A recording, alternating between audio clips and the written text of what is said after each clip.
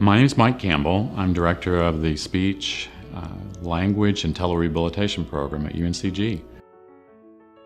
And I'm Vicki McCready, and I am Professor Emerita from the University of North Carolina at Greensboro, the Department of Communication Sciences and Disorders. I was the director of the Speech and Hearing Center. I retired this past summer. I've been a part of the Guilford Green Grant since 2007. And I also was the director and co-director of the Voice and Communication Program for individuals who are transgender. With the transgender program, because I have an expertise in voice, I was asked to help with the program. So my role with the initial program and subsequent was to try to make sure or ensure that when we teach people how to change their pitch to a different level that their body physiologically is not meant to do, that we do it safely so that they do not develop a vocal pathology or some other issues that could be problematic for them long term and maybe even require surgery.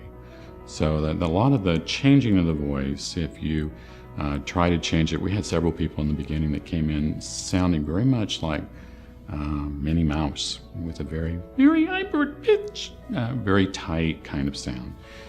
So what we do with the voice is we put the stresses in a different location. So we use resonance to help relieve the stresses on the vocal mechanism so that it functions in an appropriate way and a safe way so that they don't develop any problems long term.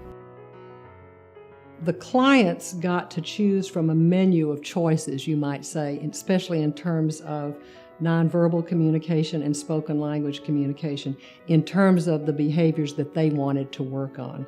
So in that way, the program was individualized. Each client went through a very thorough pre-therapy evaluation to determine what the goals should be for that client in the area of voice and in the area of spoken language and nonverbal communication. Most clients who come to us want to be able to present as female, and they want to be able to speak and to react in a way that reflects who they are inside. So these are primarily trans women who were born male and have always felt like they were female. And so we are helping them in that transition process. Through our work over the years, we have developed some protocols and put things in place for all levels of communication, not only the voice, but nonverbal language and also spoken language, which has proved to be effective. So we have shared that information. We were fortunate to be invited to contribute to a book chapter, and we did. And then we've done multiple presentations. We've done two with WPATH, the World Professional Association for Transgender Health. We presented twice with them, once in Oslo, Norway, and the other time was in Atlanta, Georgia. In our national association, the American Speech, Language, and Hearing Association, we've done multiple presentations as well to that body. Guilford Green actually helped us establish the first group program, a structured group program that we had that began in 2008. And they funded us for different things through the years. We've received 4 grants from Guilford Green Foundation. The first one helped us establish the program, and it helped us develop the awareness in the community that a speech-language pathologist can help this population achieve their goals. The second funding that we received from Guilford Green enabled us to continue an advanced program for people who wanted to go further.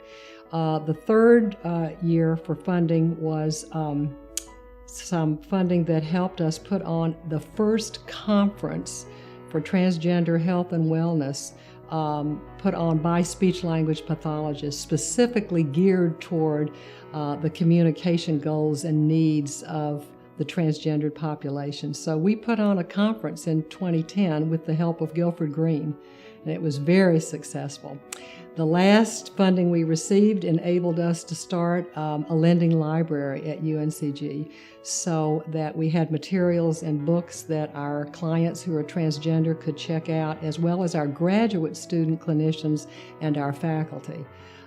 So 4 different kinds of aspects of our program were really encouraged and developed through the funds from Guilford Green.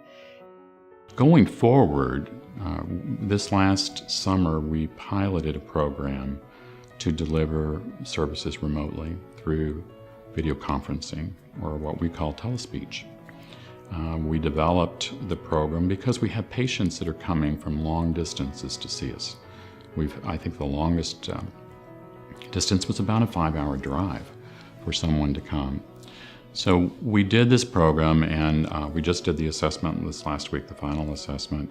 So anecdotally, I can suggest that the outcomes look to be very similar to what we would see in a traditional face-to-face or in-person type of interaction. So we're hoping to develop a program that, in concert with some other professionals throughout the country, that will eliminate that need to travel long distances in the future.